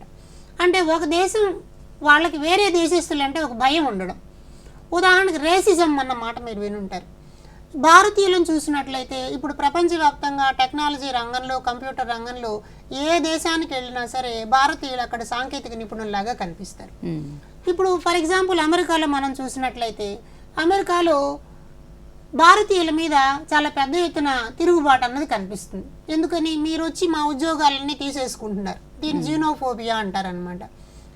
ఆ మధ్యకాలంలో మనం ఈ కోవిడ్ వైరస్ వచ్చినప్పుడు కూడా దానికి చైనా వైరస్ అని పేరు పెట్టి ఆ దేశాన్ని కించపరిచేటువంటి ప్రయత్నం చేశారు. తర్వాత అది ఎక్కడ పుట్టింది ఆ పరిశోధనలు తర్వాత అంశం.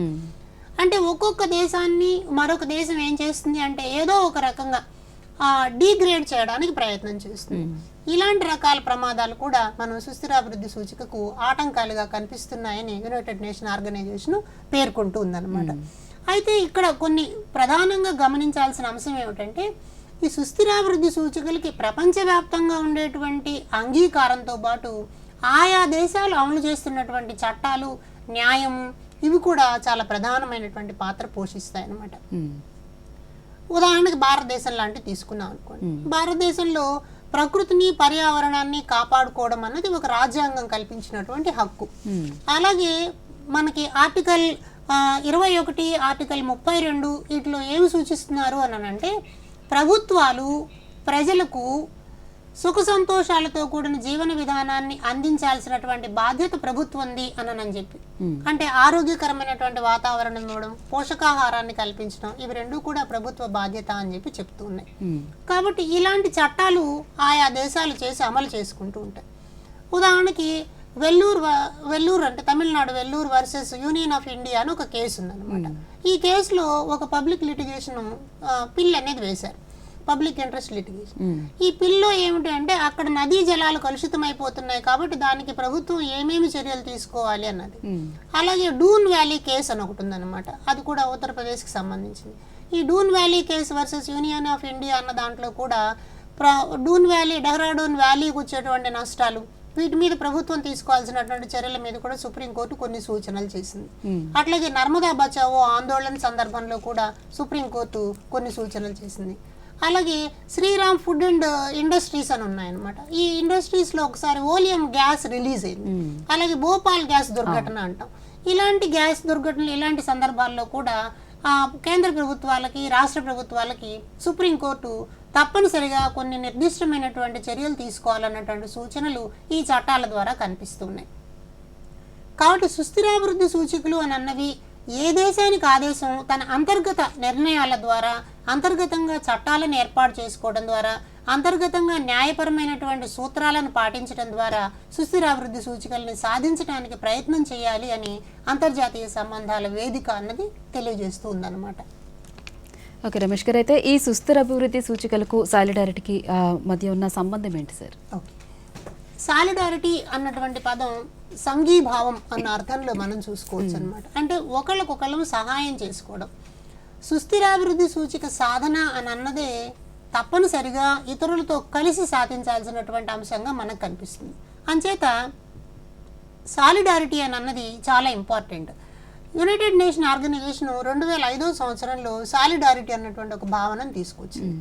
అంటే దేశాలన్నీ కూడా ఒకదానికొకటి ఇచ్చిపుచ్చుకునేటువంటి ధోరణిలో ఉండాలి. అక్కడ ఇందాక మనం అనుకున్నట్లు ఆహారపరమైనటువంటి సమస్యలు కానివ్వండి, కరువులు కానివ్వండి, లేకపోతే ప్రకృతి విపత్తులు కానివ్వండి, ఇలా రకరకాలు రావచ్చు. ఇలాంటి సందర్భాల్లో ఒక దేశం మరొక దేశానికి సాయం అందించుకోవాలి. వైద్యపరమైనటువంటి సాయం అందించాలి, సాంకేతిక పరమైనటువంటి సాయం అందించాలి. అలాగే దేశ రక్షణ కోసం అవసరమైన సందర్భాల్లో మనం మిలిటరీ బలగాలను ఇతర దేశాలకు పంపి కూడా సాయం అందిస్తూ ఉంటాం అన్నమాట. ఇలాంటివన్నీ సాలిడారిటీ అన్నటువంటి విభాగం కింద మనం గమనిస్తాం. కాబట్టి సుస్థిరాభివృద్ధి సూచికలను సాధించాలి అంటే దేశాల మధ్య ఒక స్నేహపూర్వకమైనటువంటి వాతావరణం ఉండాలి. అందుకని యునైటెడ్ నేషన్ ఆర్గనైజేషన్ 2005 సంవత్సరంలో సాలిడారిటీ అన్నటువంటి భావనని ముందుకు తీసుకొచ్చింది అనమాట. అయితే ఈ సాలిడారిటీ అని అన్నదాన్ని మనం గమనించి చూసినప్పుడు ఎక్కడెక్కడ సాలిడారిటీ అన్నప్పుడు ఫైట్ అగెనిస్ట్ పావర్టీ అని అంటాం, అట్లాగే ఫైట్ అగెనిస్ట్ డిసీజెస్ అంటాం అనమాట, ఫైట్ అగెనిస్ట్ ఇగ్నోరెన్స్ అంటాం.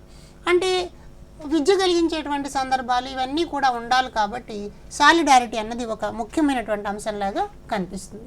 అలాగే ఇందాక మనం అనుకున్నట్టు కర్బన ఉద్గారాలు, అలాగే అక్రమ రవాణా ప్రధానమైనటువంటి అంశం అనమాట. ఈ అక్రమ రవాణా కానివ్వండి, మానవుల అక్రమ రవాణా జరిగే సందర్భాలు, లేకపోతే ఈ కర్బన ఉద్గారాలు, యుద్ధాలు, తద్వారా వచ్చేటువంటి విపత్తులు, వీటన్నిటి నుంచి రక్షించుకోవడం కోసం దేశాల మధ్యన ఒక స్నేహపూర్వకమైనటువంటి వాతావరణం ఉండాలి అని అన్నది సాలిడారిటీ అన్న భావనలో మనకు కనిపిస్తుంది. ఇక్కడ మనం గమనించాల్సింది ఏమిటి అని అంటే ఈ ప్రపంచ దేశాల మధ్య ఏ ఏ అంశాలలో సాలిడారిటీ అవసరం అవుతుంది, దానికి ఆయా దేశాలు చేయవలసినటువంటి ప్రయత్నాలు ఏమిటి అన్న వాటి మీద సిసిలియా బాలియట్ అనేవారు కొన్ని ప్రతిపాదనలు చేశారనమాట. అంటే ఒక దేశం మరొక దేశంతో సన్నిహిత సంబంధాలను ఏర్పరచుకోవాలి, తమకు కావలసినటువంటి అవసరాలని, ఉత్పత్తులను ఇతర దేశాల్లో వేటికి మనం అందించగలం, మనకు అవసరమైన సందర్భాల్లో ఎక్కడి నుంచి దిగుమతులు చేసుకోగలం, ఈ ఇంపోర్ట్ అండ్ ఎక్స్పోర్ట్ మెకానిజం ఎలా ఉండాలి, అంటే financial development of the country ఎలా ఉండాలి, ఫినాన్షియల్ గ్రోత్ రావాలి అని అంటే మనం ఏ ఏ దేశాలతో సంబంధాలను ఏర్పరచుకోవాలి అని అన్నది సాలిడారిటీ చాలా క్లియర్గా చెప్తుంది. అలాగే సాలిడారిటీ మరొక ముఖ్యమైన మాట ఏమంటుంది అని అంటే దేశాల మధ్యన ప్రజల ఆరోగ్యం చాలా ఇంపార్టెంట్. అందుకోసం వైద్యపరమైనటువంటి స్నేహాన్ని, సహకారాన్ని అందించాలంటుంది. కొన్ని దేశాల్లో వైద్య రంగంలో నిపుణులైనటువంటి వాళ్ళు కనిపిస్తారు, అక్కడ వైద్య సదుపాయాలు ఎక్కువగా ఉంటాయి, అలాగే అక్కడ వైద్య పరికరాల ఉత్పత్తి జరుగుతుంది, అలాగే మనకి రకరకాలైన ఫార్మాస్యూటికల్ ఇండస్ట్రీస్ ఉంటాయి. ఇక్కడి నుంచి ఇతర దేశాలకు సహకారం అందించడం అన్నది అవసరం అన్నది కూడా మనం సాలిడారిటీలో చూస్తాం. కాబట్టి సాలిడారిటీ అని అన్నది సుస్థిరాభివృద్ధి లక్ష్యాల సాధనకు ప్రపంచ దేశాలన్నీ కూడా ఒకళ్ళకొకళ్ళు చెయ్యందించుకుంటూ చేయాల్సినటువంటి విధానంగా మనం అర్థం చేసుకోవాలి. సార్, అయితే ఈ మానవ హక్కుల కోసం ఈ ఎస్డిజి అన్నది ఎలా తోడ్పడుతుంది సార్? ఇవి రెండు కూడా పరస్పరం సంబంధం కలిగినటువంటి అంశాలు. అంటే నిజానికి మానవ హక్కులు అన్నటువంటి భావనను మనం చూసినట్లయితే ఇది కూడా యునైటెడ్ నేషన్ ఆర్గనైజేషన్ ఏం చేసిందంటే ఒక చట్టాన్ని తీసుకొచ్చిందనమాట. దాన్ని universal declaration of human rights అంటారు. ఈ universal declaration of human rights అని అన్నది మనకి 1948లోనే యునైటెడ్ నేషన్ జనరల్ అసెంబ్లీ ప్రతిపాదన చేసిందనమాట. ఇది దాదాపు ఒక 30 ఆర్టికల్స్ ఇందులో ఉంటాయి. ప్రపంచవ్యాప్తంగా 500 భాషల్లోకి అనువాదించబడినటువంటి గ్రంథంగా దీన్ని పేర్కొంటారు. అంటే మానవ హక్కుల యొక్క ప్రాధాన్యత ఎంత అన్న మనం అక్కడ చూడాలి. సుస్థిరాభివృద్ధి సూచికలు మనం ఇందాక 17 ఉంటాయి అనుకున్నాం. ఈ 17 కూడా మానవుల యొక్క అసలు సిసలైనటువంటి హక్కులు. అంటే పేదరికం నుంచి రక్షింపబడాలి, సరైనటువంటి ఆహారాన్ని పొందాలి, సరైనటువంటి విద్యావకాశాలను పొందాలి, ప్రకృతి నుంచి, పర్యావరణం నుంచి వచ్చేటువంటి విపత్తుల నుంచి కాపాడేలాగా ఉండాలి, ఎలాంటి అసమానతలకు తావులేనటువంటి, వివక్షతలకు తావులేనటువంటి సమాజంలో ప్రజలు స్వేచ్ఛగా జీవించేటువంటి అవకాశం ఉండాలి. వీటన్నిటిని కూడా మనం మానవ హక్కులు అంటాం. కాబట్టి ఈ హ్యూమన్ రైట్స్ అని అన్నవి ఏవైతే మనం పేర్కొంటూ ఉన్నామో ఆ హ్యూమన్ రైట్స్ సాధించడం అన్నది ఎస్డిజి యొక్క లక్ష్యంగా మనకు కనిపిస్తుంది. కాబట్టి మానవ హక్కుల యొక్క ప్రాధాన్యత అని అన్నది ప్రతి దేశము గుర్తుపట్టాలి, మానవ హక్కులని ఆయా దేశాల యొక్క చట్టాలలో భాగస్వామ్యం చేసుకోవాలి అని చెప్పి సూచించారు. అందుకని భారత రాజ్యాంగ నిర్మాత మహానుభావుడు అంబేద్కర్ గారు ఏం చేశారంటే మానవ హక్కుల పరిరక్షణే రాజ్యాంగం యొక్క పరిరక్షణ అని అంటారనమాట. కాబట్టి భారత రాజ్యాంగం ద్వారా భారతదేశంలో ప్రజలందరికీ కూడా సమానమైనటువంటి అవకాశాలు రావడం అన్నది ఇక్కడ మనకుంది. కాబట్టి ఇలా ఉదాత్తమైనటువంటి రాజ్యాంగం ఉన్నటువంటి దేశాల ద్వారా మానవ హక్కుల పరిరక్షణ అన్నది జరుగుతూ ఉంటుంది. అయితే కొన్ని సందర్భాల్లో మనం చూసినట్లయితే ఒక్కొక్కసారి అంటే కలోనియలిజం అంటాం అనమాట. అంటే వలసవాదం పెద్ద ఎత్తున ఉన్నప్పుడు, పారిశ్రామిక విప్లవం తర్వాత పరిశ్రమల స్థాపన పెద్ద ఎత్తున జరిగినప్పుడు ప్రకృతిలో ఉండేటువంటి వనరులని దోచుకోవడం అన్నది కొన్ని వర్గాలకు ఒక అలవాటుగా మారిపోయింది. తద్వారా అక్కడ ఉండేటువంటి ప్రజలని, అక్కడ ఉండేటువంటి మనుషులని శ్రామికులుగా మార్చి శ్రమశక్తి దోపిడీ కూడా జరుగుతుంది.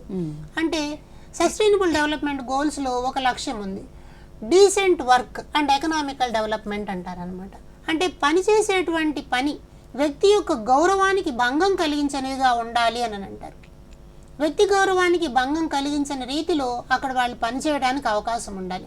పనిచేసే ప్రదేశంలో ఒక భద్రత ఉండాలి.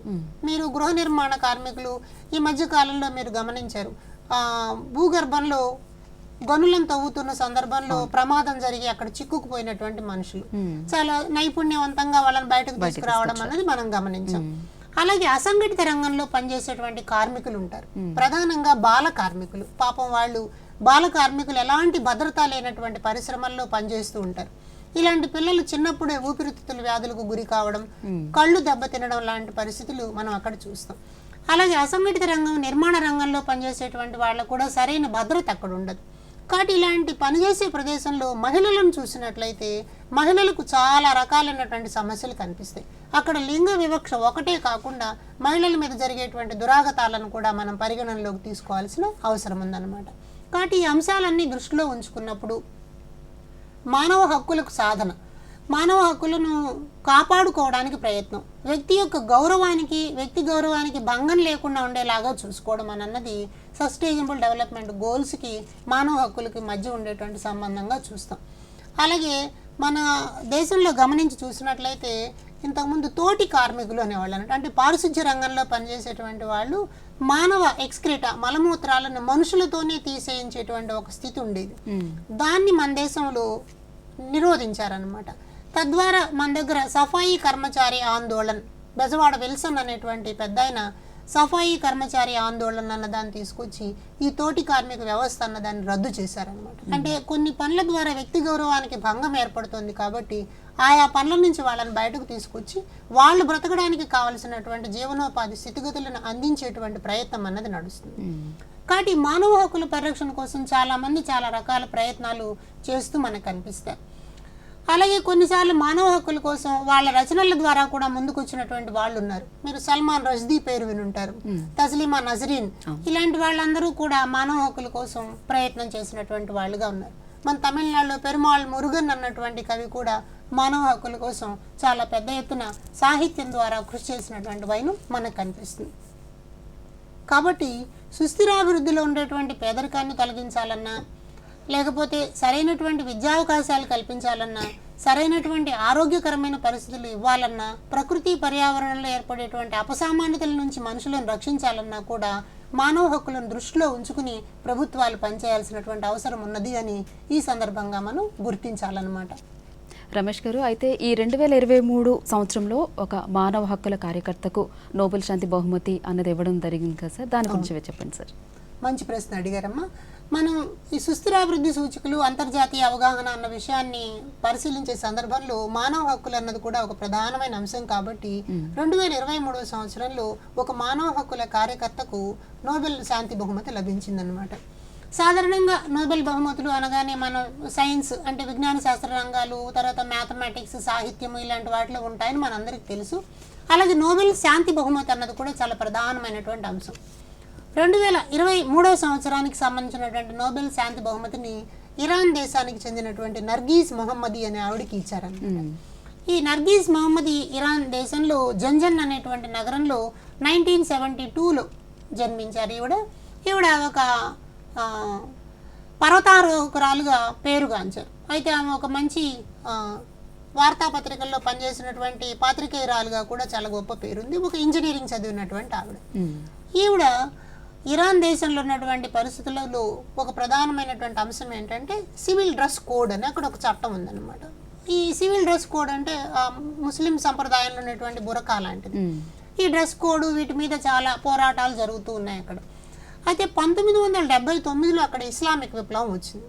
అంతకుముందు కాలంలో అక్కడ రాజు పరిపాలనలో ఉండేది, తర్వాత ఇస్లామిక్ విప్లవం వచ్చింది. ఇస్లామిక్ విప్లవం వచ్చిన తర్వాత రకరకాల చట్టాల అమలులో భాగంగా సివిల్ డ్రెస్ కోడ్ కూడా ఒకటి ఉంది. అయితే అక్కడ మనం గమనించాల్సిన అంశం ఏమిటి అని అంటే, ఈవిడ కన్నా ముందు షరీన్ ఎబాది అని ఒక మహిళ, షరీన్ ఎబాది అన్నటువంటి ఒక మహిళ ఒక సంస్థని ఏర్పాటు చేసింది. దాన్ని మనం ఏమంటామంటే the defenders of human rights అంటారు. ఆ సంస్థ పేరు the defenders of human rights. ఈ డిఫెండర్స్ ఆఫ్ హ్యూమన్ రైట్స్ సంస్థను స్థాపించినటువంటి షరీన్ ఎబాదీకి కూడా నోబెల్ ప్రైజ్ వచ్చింది. తమాషా ఏమిటంటే ఒక సంస్థలో ఉన్నటువంటి ఇద్దరు వ్యక్తులకు నోబెల్ ప్రైజ్ రావడం ఇక్కడ చాలా గొప్ప విశేషం అనమాట. తర్వాత అదే సంస్థలో కార్యకర్తగా చేరి అదే సంస్థలో పనిచేస్తున్నటువంటి నర్గీస్ మహమ్మదీ కూడా ఈ నోబెల్ ప్రైజ్ని సాధించారనమాట. కాబట్టి నోబెల్ ప్రైజ్ సాధించడానికి ఆవిడ దాదాపు 13 సార్లు జైలు శిక్షను అనుభవించారు. ఈ జైలు శిక్షలో ఆవిడ చేసినటువంటి పోరాటం అంతా కనిపిస్తుంది అనమాట. ఈవిడతో పాటు చాలామంది, ఇంకా అమీనా, గాజల్, ఎలాహి ఇట్లాంటి చాలామంది మహిళలు పోరాటాలు చేశారనమాట. అయితే ఇక్కడ ఒక పోలీస్ వ్యవస్థ ఉంది. ఈ పోలీస్ వ్యవస్థ ఏం చేసిందంటే వీళ్ళందరినీ బంధించి ప్రధానంగా కళ్ళు పోయేలాగా జరిగింది అక్కడ.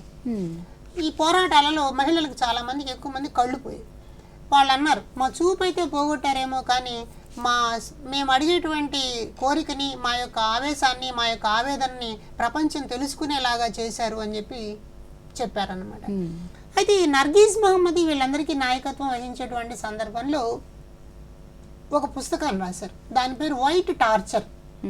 ఈ వైట్ టార్చర్ అన్నటువంటి పుస్తకంలో ఈ పోరాటంలో పాల్గొంటున్నటువంటి మహిళలందరూ వాళ్ళకి జైలు శిక్ష విధించినప్పుడు ఆ జైలులో పడేటువంటి బాధల్ని ఈవిడ పేర్కొన్నారనమాట. నిజంగా ఆ పుస్తకం చదువుతుంటే చాలా దారుణంగా అనిపిస్తుంది. అంటే వాళ్ళ నుంచినటువంటి ఆ జైలు గదులంతా కూడా చాలా తెల్లటి వాతావరణంతో ఉంటాయి. అక్కడ గోడలు తెల్లగా ఉంటాయి, కర్టన్ తెల్లగా ఉంటుంది, వాళ్ళకి పెట్టే అన్నం తెల్లగా ఉంటుంది, వాళ్ళ డ్రెస్ తెల్లగా ఉంటుంది, అంతా తెలుపుగానే ఉంటాయి. ఈ తెల్లగా ఉండడం వల్ల ఏమైపోతుంది అని అంటే ఒక రకమైనటువంటి మెంటల్ డిప్రెషన్లోకి వాళ్ళు వెళ్ళిపోతారు. అంటే అంత శిక్షలు అనుభవించినటువంటి సందర్భాలు వీళ్ళు కేవలం ప్రజలకి వాళ్ళ హక్కుల కోసం పోరాటం చేసినటువంటి వైనం కనిపిస్తుంది అనమాట. ఇలా మహిళల కోసం పోరాటం చేసినటువంటి గొప్ప పోరాట యోధురాలుగా మనం నర్గీస్ మహమ్మదీని గుర్తించవచ్చు. కాబట్టి 2023 సంవత్సరంలో ఆవిడ శాంతి బహుమతి పొందడం అన్నది మనకి చాలా గర్వకారణంగా అనిపిస్తుంది అనమాట. సరే, అయితే ఇప్పుడు నోబెల్ బహుమతి అన్నది అందుకున్నారు కార్యకర్త. అయితే అసలు నోబెల్ బహుమతి అంటే ఏంటి, దీని గురించి పుట్టు పూర్వతలు ఎలా ఉన్నాయి తెలిస్తే మా ప్రేక్షకులు కూడా తెలుస్తుంది కదా. ఓకే, ఇది కూడా ఒక మంచి ప్రశ్న. సందర్భం కాబట్టి మనం నోబెల్ బహుమతి అంటే ఏమిటో కూడా తెలుసుకునేటువంటి ప్రయత్నం చేద్దాం. మనందరికీ నోబెల్ బహుమతి అన్నట్టు పేరు ఆల్ఫ్రెడ్ నోబెల్ అన్న ఆయన పేరు మీద స్థాపించారన్న విషయం తెలుసు అన్నమాట. అయితే ఇక్కడ మనం 1833 సంవత్సరంలో అక్టోబర్ 21వ తారీఖున స్టాక్హోమ్ నగరంలో ఈ ఆల్ఫ్రెడ్ నోబెల్ అని ఆయన పుట్టాడు. వాళ్ళ నాన్న పేరు ఇమ్మానియేల్ అనమాట. ఆయన ఒక మిలిటరీ ఆయుధాలు తయారు చేసేటువంటి దాంట్లో పనిచేసేవాడు అనమాట. ఆయన కూడా ఒక ఇంజనీర్ లాంటి వాడు. అయితే ఈ ఆయుధాలను తయారు చేసే దాంట్లో వీళ్ళు స్వీడన్లో పనిచేస్తున్న తర్వాత అక్కడి నుంచి రష్యాకి షిఫ్ట్ అయిపోయారు. అక్కడ ఒక క్రిమియా యుద్ధం జరుగుతూ ఉన్నది అనమాట. ఆ క్రిమియా యుద్ధం జరిగే రోజుల్లో ఆల్ఫ్రెడ్ నోబెల్ ఫ్యామిలీ రష్యాకి షిఫ్ట్ అయ్యారు. అక్కడ వాళ్ళు బాగా సంపాదించారు, చాలా సంపాదన వచ్చింది. అప్పుడు ఈ తండ్రి ఇమానియల్ ఏమనుకున్నాడంటే ఆల్ఫ్రెడ్ని ఒక కెమికల్ ఇంజనీర్ చేయాలని చెప్పి ప్యారిస్ పంపించాడు. పంపిస్తే అక్కడ టీజే పౌలుక్ అని ఒక మంచి ఫేమస్ సైంటిస్ట్ అనమాట, ఆయన దగ్గర చేరాడు. తర్వాత అక్కడ అసానియో అన్నటువంటి ఒక ఫ్రెండ్తో కలిసి ఈ డిటోనేటర్లు, డైనమైట్ అంటాం కదా, పేలుడు పదార్థాలు, ఇవి తయారు చేయడాన్ని నేర్చుకున్నాడు అనమాట. తర్వాత అక్కడి నుంచి మళ్ళీ స్వీడన్ తిరిగి వచ్చి పెద్ద ఎత్తున డిటోనేటర్లను తయారు చేయడం అనేది మొదలెట్టాడు. ఇతనికి 4 అన్నదమ్ములు ఉండేవారు. ఒకసారి ఇలాంటి డిటోనేటర్ ప్రయోగాలు చేస్తున్నప్పుడు అక్కడ పేలుడు సంభవించి ఒక సోదరుడు చనిపోయాడు. చనిపోతే అప్పుడు పత్రికల్లో రాశారనమాట, మానవాళిని చంపడానికి చేస్తున్నటువంటి ప్రయోగాలు చేసే ఒక శాస్త్రవేత్త మరణించాడు అని చెప్పి రాశారు. అది ఆల్ఫ్రెడ్ నోబెల్కి ఒకసారి మనసు చివుక్కుమందనమాట. నేను చేస్తున్న పని ద్వారా మానవాళి వినాశనానికి అవుతోంది కదా అని ఆయన ఒక ఆత్మ సంక్షోభంలోకి వెళ్ళిపోయాడు అనమాట. అయితే వ్యాపారంలో బాగా సంపాదించుకున్నాడు. ఈయన సెక్రటరీ ఒక ఆమె ఉంది, బ్రెటా అనేమో. ఈ బ్రెటా ఏం చేశారంటే ఈ ఆల్ఫ్రెడ్ చేస్తున్నటువంటి ప్రయత్నాలన్నింటినీ కూడా అభినందిస్తూ, అయితే ఆయన చేయాల్సినటువంటి పనులను సూచిస్తూ ఒక బుక్ రాశారు. దాన్ని లే డౌన్ యువర్ ఆర్మ్స్, బ్రెటా రాసినటువంటి బుక్ అనమాట. ఈ లే డౌన్ యువర్ ఆర్మ్స్లో ఆల్ఫ్రెడ్కి ఒక సూచన చేస్తుంది. నువ్వు ఇంత సంపాదించావు, బాగానే ఉంది, ఈ సంపాదన అంతా కూడా మానవాళికి సంక్షేమానికి పనికొచ్చేటువంటి పరిశోధనలు ఎవరెవరు చేస్తారో వాళ్ళకి ప్రోత్సాహకరంగా ఉంటే బాగుంటుంది అని చెప్పి ఆవిడ ఒక సూచన చేసింది. ఆ సూచన ప్రకారం ఆల్ఫ్రెడ్ నోబెల్ 1895లో ఒక వీలునామా రాశారు. కొన్ని కోట్ల రూపాయలు, చాలా కోట్ల డాలర్ల ఆస్తి ఉందన్నమాట ఆయనకి. ఈ ఆస్తి అంతా కూడా ఒక వీలునామా రాశారు. అయితే మామూలే కదా, కుటుంబంలో గొడవలు ఉన్నట్టుగానే వాళ్ళ దగ్గర కూడా గొడవలు వచ్చాయి. అయితే ఈ వీలునామా ప్రకారం మిలియన్ల డాలర్ల డబ్బుని శాస్త్రవేత్తలకు పంచడానికి ముందుగా వాళ్ళు ఎవరు ఒప్పుకోలేదు. తర్వాత ఒప్పందాలు జరిగి 1901 సంవత్సరంలో మొట్టమొదటిసారి నోబెల్ ప్రైజ్ ఇవ్వడం అనేది ప్రారంభమైందనమాట.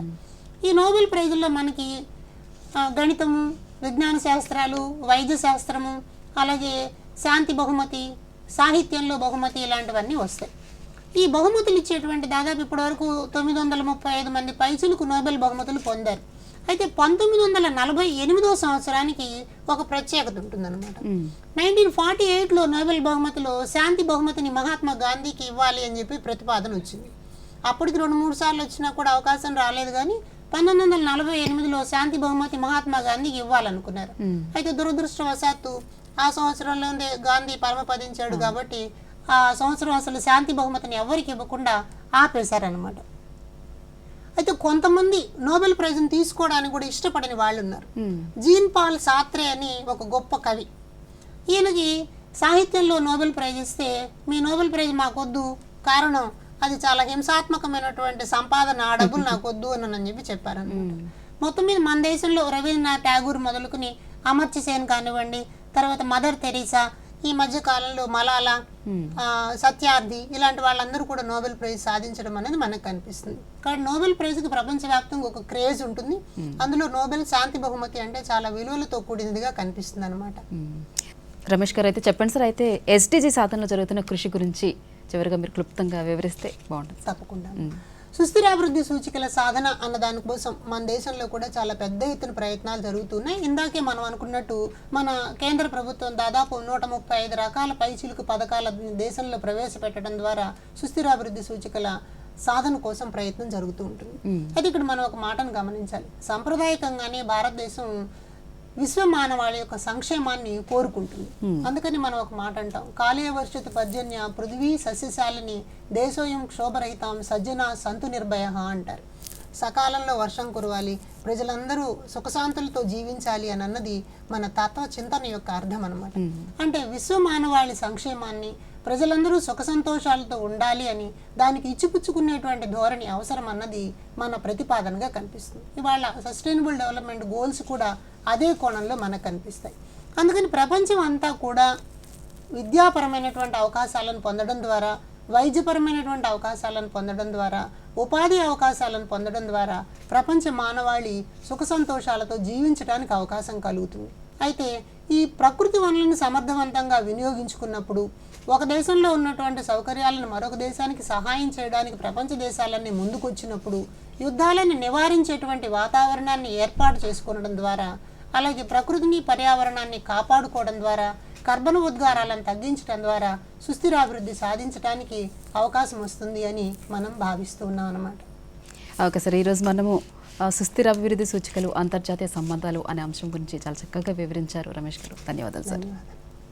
ఇది ఈనాటి కెరీర్ గైడెన్స్ కార్యక్రమం. మరొక కార్యక్రమంలో మళ్ళీ మేము ముందుంటాం. అంతవరకు సెలవు, నమస్కారం.